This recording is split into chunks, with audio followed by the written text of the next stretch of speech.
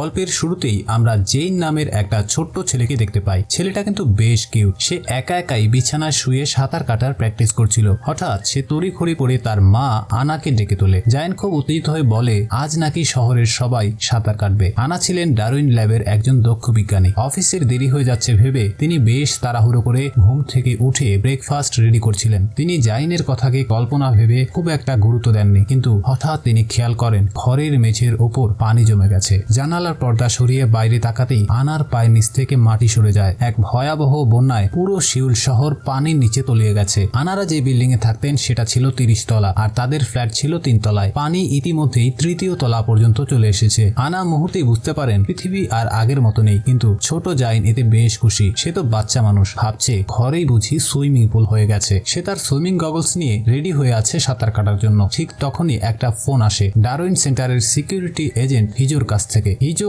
অত্যন্ত আতঙ্কিত কণ্ঠে জানায় পুরো শহর পানির নিচে তলিয়ে গেছে। আপনাদের 30 তলা বিল্ডিং এর ছাদে একটু পরেই একটা হেলিকপ্টার আসবে। দেরি না করে এখনই জাইনকে নিয়ে ছাদে চলে যান। হিজোর কথা মতো আনা জাইনকে পিঠে নিয়ে সিঁড়ি দিয়ে ওপরের দিকে উঠতে শুরু করেন। লিফট বন্ধ, কারেন্ট নেই, কিন্তু সিঁড়িতে গিয়ে তিনি যা দেখলেন তার নরকের চেয়েও ভয়াবহ। শত শত মানুষ পাগলের মতো ওপরের দিকে উঠছে, কান্নাকাটি করছে। সিউল শহরের রাস্তা দিয়ে ভেসে যাচ্ছে একের পর এক মৃতদেহ। ওপরে থাকা লোকেরা সিঁড়ি ব্লক করে রেখেছে যাতে নিচের লোকেরা এসে ভিড় না বাড়াতে পারে। মানুষ যখন মৃত্যুর মুখে পড়ে তখন সে কতটা নিষ্ঠুর হতে পারে আনা সেটা চোখের সামনে দেখতে পাচ্ছিলেন। ঠিক সেই মুহূর্তে ঘটে এক বিপত্তি। ভিড়ের চাপে আনা দেখেন তার পাশে জাইন নেই, সে কোথাও হারিয়ে গেছে। আর ঠিক এই সময় দেখা যায় এক প্রলয়ঙ্করী সামুদ্রিক ঢেউ সব ভেঙে চুরমার করে দিয়ে বিল্ডিং এর দিকে ধেয়ে আসছে। মুহূর্তের মধ্যেই সব পানির নিচে তলিয়ে যায়। আনা পাগলের মতো পানির নিচে সাঁতরে তার ছেলেকে খুঁজতে থাকে। আসবাবপত্র আর ধ্বংসাবশেষের নিচে জাইনকে খুঁজে পেলেও ততক্ষণে তারা দুজনেই জ্ঞান হারিয়ে ফেলে। যখন আনার জ্ঞান ফেরে তিনি দেখেন হিজো নামের সেই এজেন্ট তাদের উদ্ধার করে একটা নিরাপদ জায়গায় নিয়ে এসেছে। হিজো তাদের জানায় এক ভয়ঙ্কর সত্য।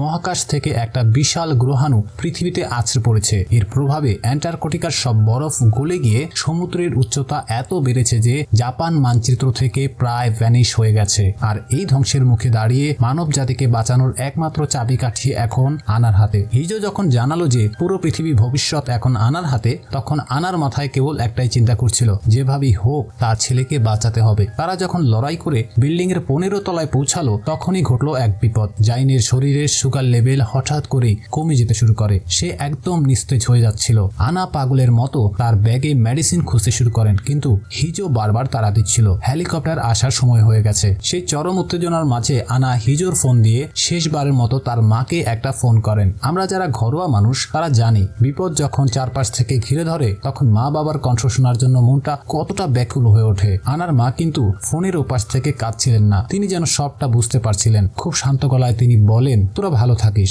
আজ থেকে আমাদের আর কোনো খোঁজ নেওয়ার দরকার নেই। ফোনের ওপাশ থেকে আসা একটা আর্তচিৎকারেই আনা বুঝে গেলেন তার মা বাবা আর বেঁচে নেই। এদিকে নিচ থেকে পানি বাড়ছে আর উপর থেকে নেমে আসে আরেক বিপদ। হঠাৎ ভবনের গ্যাস লিক হয়ে এক বিকট বিস্ফোরণ ঘটে। নিচে বরফ গলা কনকনে ঠান্ডা পানির স্রোত আর উপরে আগুনের ভয়াবহ বিস্ফোরণ। মাঝখানে আটকা পড়ে গেছেন আনা আর জাইন। কোনো উপায় না দেখে তারা ব্যালকনি দিয়ে ঝুলে উপরের তলায় ওঠার চেষ্টা করেন। জাইনকে কোনো মতে উপরে ঠেলে দিলেও ঠিক তখনই আনার পা পিছলে যায়। তিনি সোজা গিয়ে পড়েন সেই ঠান্ডা পানির স্রোতে ভেসে যাওয়ার সময় আনা শুনতে পান একটা বাচ্চা মেয়ের বুক ফাটা চিৎকার। মেয়েটির নাম ছিল যিশু। সে একটা লিফটের ভেতরে আটকা পড়েছে আর পানি হু হু করে ভেতরে ঢুকছে। আনা লিফটের দরজা খোলার জন্য আপ্রাণ চেষ্টা করেন, কিন্তু একা হাতে সেই ভারী লোহার দরজা নড়ানো ছিল অসম্ভব। অসহায় চোখে একটা নিষ্পাপ শিশুর ডুবে যাওয়ার দেখা ছাড়া আর কোনো উপায় নেই। 18 তলায় পৌঁছে আনা দেখলেন জাইন জ্ঞান হারাচ্ছে। তার সাথে থাকা মেডিকিটটা কখন যে পানিতে ভেসে গেছে সে নিজেও জানে না। ওদিকে পানি এখন 16 তলা পর্যন্ত চলে এসেছে। হিজো বারবার বলছে, আনা চলো,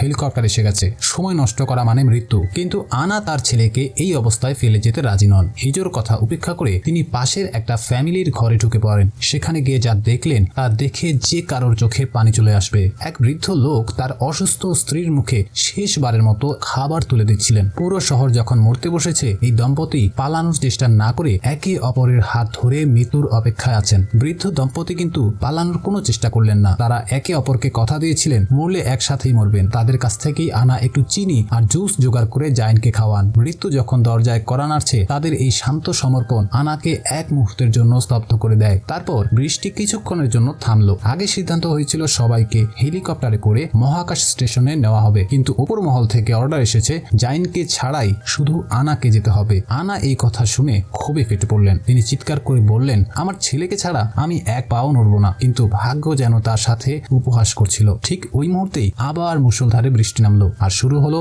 এক নতুন আতঙ্ক। ছাদে যাওয়ার পথে তারা এক গর্ভবতী মহিলা আর তার স্বামীকে দেখতে পায়। তারা বাঁচার জন্য আনার কাছে আকুতি করছিল, কিন্তু হিজো আর সিকিউরিটি টিম তাদের নির্দয়ভাবে সরিয়ে দিচ্ছিল।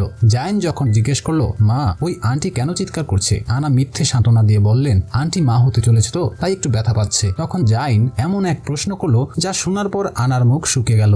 জাইন জিজ্ঞেস করলো, মা আমার জন্মের সময় কি তোমার এমন ব্যথা হয়েছিল? আনা এই প্রশ্নের কোনো উত্তর দিতে পারলেন না। তারপর অবশেষে তারা ছাদে পৌঁছালেন, কিন্তু সেখানে ডারউইন ল্যাবের উদ্ধারকারী টিম যা করলো তা ছিল চরম অমানবিক। তারা জাইনকে জোর করে আটকে রাখলো আর আনাকে টেনে হিচড়ে হেলিকপ্টারে তুলে দিল। ঠিক তখনই আনা জানতে পারলো এক মর্মান্তিক সত্য, তার বস হিয়নমো নিখোঁজ হননি। তিনি তার মেয়ের সাথে বন্যায় মারা গেছেন। এখন পুরো প্রজেক্টের একমাত্র চাবিকাঠি আনা। টিমের প্রধান খুব নিষ্ঠুরভাবে জানিয়ে দিলেন, এই বিল্ডিং এ আনা ছাড়া আর কেউ বাঁচবে না। এমনকি হিজোকেও তারা গুলি করে মেরে ফেললো, কারণ সে আনার পক্ষে কথা বলছিল। নিরুপায় হয়ে আনা জাইনকে শেষবারের মতো জড়িয়ে ধরলেন। হেলিকপ্টার যখন উপরের দিকে উঠছে, আনার হাতে শুধু রয়ে গেল জাইনের সেই নীল রঙের সুইমিং গগলস। নিচ থেকে জাইনের সেই ছোট্ট অবয়বটা ক্রমশ ছোট হয়ে আসছে আর পুরো শিউল শহরটা যেন একটা বিশাল নীল কবরে পরিণত হচ্ছে। কিন্তু এখানে কি গল্পের শেষ? একদমই না। মহাকাশ স্টেশনে যাওয়ার পথে একটা উল্কাপিণ্ড আনার স্পেসশিপে ধাক্কা দিল। ঠিক তখনই শুরু হলো মুভির আসল টুইস্ট। মহাকাশে সেই ভয়াবহ বিস্ফোরণের পর হঠাৎ সবকিছু অন্ধকার হয়ে গেল। ঠিক এর পরের দৃশ্যেই মুভিটি এমন এক মোড় নেয় যা দেখে আপনারা সবাই চমকে যাবেন। আমরা দেখি আনাকে পুনরায় তার সেই পুরনো অ্যাপার্টমেন্টে। আপনাদের মনে নিশ্চয়ই এখন হাজারটা প্রশ্ন ঘুরপাক খাচ্ছে। আনা তো মহাকাশে যাচ্ছিল, তাহলে সে আবার এই ধ্বংসের শুরুতে ফিরে আসলো কিভাবে? ঘর জলে ভরে গেছে, চারদিকে আতঙ্ক। আনা যখন প্রাণ বাঁচাতে উপরের তলায় যাওয়ার জন্য ব্যাগ গোছাতে ব্যস্ত, ঠিক তখনই বেজে ওঠে সেই পরিচিত ফোন। ফোনের ওপাশে ছিল হিজো। সে বরাবরের মতোই আনাকে সতর্ক করে দিয়ে বলে তারা যেন দ্রুত বিল্ডিং এর ছাদে পৌঁছায়, কারণ জাইনকে উদ্ধার করার জন্য হেলিকপ্টার আসছে। কিন্তু এরই মাঝে ছোট্ট জাইন এক অদ্ভুত বায়না ধরে বসে। সে বারবার আনাকে বলতে থাকে সে কাল রাতে স্বপ্নে কিছু একটা দেখেছে এবং সেই স্বপ্নের ছবিগুলো সে আইপ্যাডে এঁকে আনার মোবাইলে পাঠিয়েছে। ছবিগুলো দেখার মতো মানসিক অবস্থা তখন তার ছিল না। আর ঠিক আগের বারের মতোই জাইন এবারও অভিমান করে আলমারির ভেতরে গিয়ে লুকিয়ে পড়ে।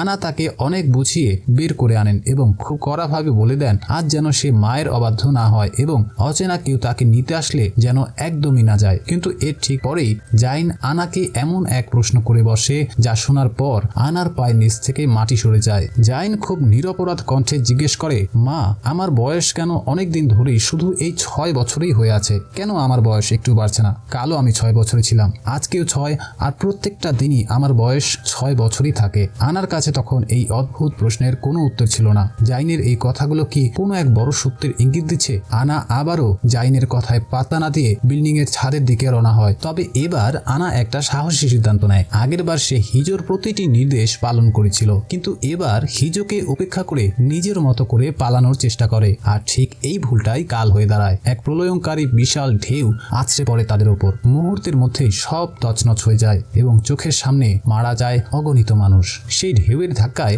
আনা আর জাইন আলাদা হয়ে যায়। অনেক খোঁজার পর আনা যখন জাইনকে পেল না, তার মনে হলো হয়তো জাইন জলে ডুবে মারা গেছে। সে পাগলের মতো জাইনকে খুঁজতে গিয়ে যখন আনার পকেটে থাকা নীল সুইমিং গগলসটার দিকে নজর যায়, তখনই ভেসে আসা একটা গাড়ি সজোরে আনাকে ধাক্কা মারে। ঠিক এর পরের দৃশ্যে আমরা দেখি হিজো আনাকে উদ্ধার করছে। কিন্তু এখানেই আসল রহস্য লুকিয়ে আছে। এই জায়গাটা খুব ভালো করে খেয়াল করুন। আগের বার আনার জামায় একটা নম্বর লেখা ছিল 491, কিন্তু এবার সেখানে লেখা উঠেছে 787। আনার যখন পুনরায় জ্ঞান ফিরল, হিজো তাকে একটা ছবি দেখিয়ে বলে যে সে জাইনকে ওপরের ফ্লোরে দেখেছে। কিন্তু আনার মাথায় তখন অন্য এক চিন্তা ঘুরপাক খাচ্ছে। সে কিছুতেই বুঝতে পারছে না যে জাইন কোনোদিনও তার হাত ছেড়ে এক পা কোথাও যেত না। সে আজ কেন বারবার তার কাছ থেকে পালিয়ে এমন ভাবে লুকিয়ে পড়ছে। হিজো যখন তাকে বারবার বাধা দেওয়ার চেষ্টা করে, সে হিজোর হাত থেকে সরাসরি বন্দুক ছিনে নেয় এবং উন্মুক্তের মতো চিৎকার করে জাইনের হদিস জানতে চায়। ঠিক সেই মুহূর্তেই ভবনের ভিতরে গ্যাস লিক হয়ে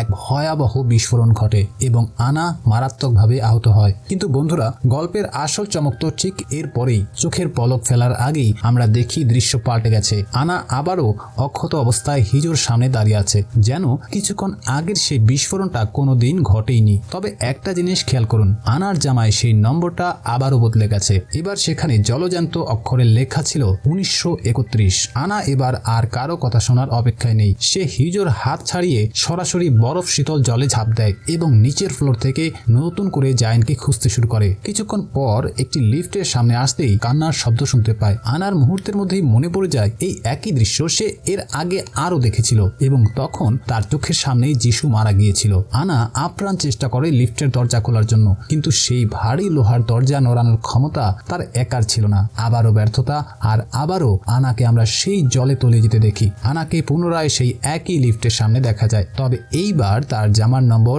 4007। এই দফায় আনায় যেন অতিমানবিক শক্তি দিয়ে যিশুকে লিফট থেকে উদ্ধার করতে সক্ষম হয়। আনা যিশুকে নিয়ে সরাসরি সে বৃদ্ধ দম্পতির ঘরে যায় এবং তাদের হাতে মেয়েটিকে তুলে দেয়, কারণ সে জানতো এরাই যিশুর আসল গ্র্যান্ড প্যারেন্টস। কিন্তু আপনাদের মনে কি প্রশ্ন জাগছে না, আনা এই রহস্যময় তথ্যটি জানলো কি করে? সে তো এদের আগে কোনোদিনই চিনত না। উত্তরটা লুকিয়ে আছে এই জামার নম্বরের ভেতরেই। আনা যখন যিশুর কাছে জাইনের খোঁজ করছিল, যিশু বলে যে সে লিফটে আটকে থাকার সময় একটি বাচ্চার কণ্ঠস্বর শুনছিল এবং দুজন ছেলে উপরের ফ্লোর থেকে ভারী কিছু টেনে নিয়ে যাওয়ার আওয়াজ করছিল।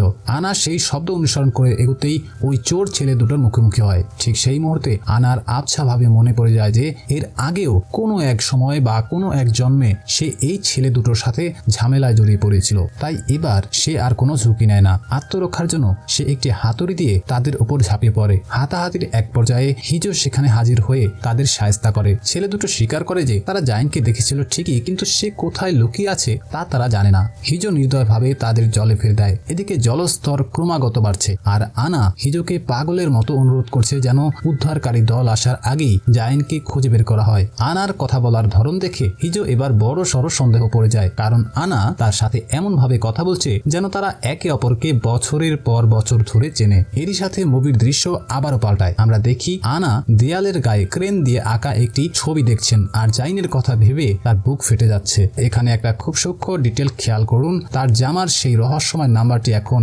7993। আনা এবার হিজোর চোখ এড়িয়ে একটু এগোতেই সেখানে তিনি সেই গর্ভবতী মহিলাটিকে দেখেন, যে ইতিমধ্যে একটি ফুটফুটে বাচ্চা প্রসব করেছে। আনার মায়া জাগলে তিনি নিজের কোটটি ওই মহিলাকে দিয়ে দেন। ঠিক তখনই তিনি শুনতে পান মহিলাটি তার স্বামীকে বলছে সে নাকি স্বপ্নে দেখেছে গোটা শহরে সুনামি এসেছে আর তারা অলৌকিকভাবে বেঁচে গেছে। তার ছেলে জাইনও কিন্তু তাকে বারবার কোনো এক স্বপ্নের কথা বলছিল। আনা দেরি না করে তার ফোন চেক করলেন, আর ছবিগুলো দেখে তার চোখ কপালে উঠে গেল। ফ্ল্যাশব্যাকে দেখা যায় জাইন ছাদে অজ্ঞান হওয়ার ঠিক আগে যা দেখেছিল সেটাই সে হাজারবার এঁকে আনার মোবাইলে পাঠিয়েছিল। আনা এতক্ষণে বুঝতে পারলেন জাইন কেন তাকে বলছিল যে তার বয়স 6 বছরে আটকে আছে। এই ছোট্ট বাচ্চাটি আসলে শুরু থেকেই জানতো যে তারা একটি লুপে আটকা পড়ে আছে। আনা শেষ চেষ্টা হিসেবে লাস্ট ফ্লোরের সেই আলমারি চেক করতে যান, কিন্তু এবারও তিনি ব্যর্থ হন। জাইন সেখানে নেই। ঠিক তখনই ডারউইন ল্যাবের সিকিউরিটি টিম হিজো সহ সেখানে হাজির হয় এবং আনাকে ড্রাগ দিয়ে অজ্ঞান করার চেষ্টা করে। কিন্তু সেই মুহূর্তে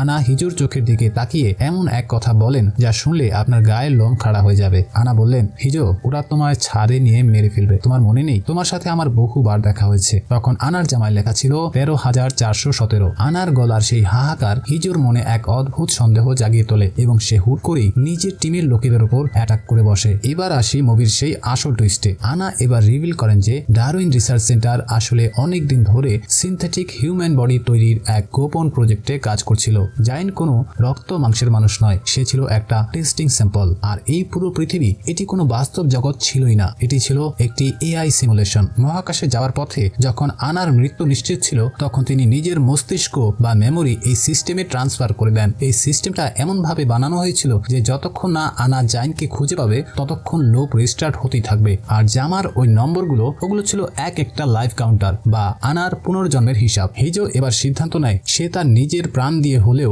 আনাকে সাহায্য করবে। এভাবে কয়েক হাজার রাউন্ড পেরোনোর পর অবশেষে 21,499তম বারে তারা ছাদে পৌঁছায় এবং একটি পরিত্যক্ত আলমারির ভেতরে জাইনকে খুঁজে পায়। জাইন তখন বলে একদম প্রথমবার হেলিকপ্টারে ওঠার আগে আনাই তাকে এই আলমারিতে লুকিয়ে থাকতে বলেছিল এবং বলেছিল আমি না আসা পর্যন্ত বের হবে না। জাইন যেহেতু একটা রোবট বা সিনথেটিক বডি ছিল, তাই তার মেমোরিতে এই নির্দেশটা স্থায়ী হয়ে গিয়েছিল, যার কারণে প্রতিবার লুপ শুরু হলে জাইন বাধ্য ছেলের মতো সেখানে লুকিয়ে থাকতো।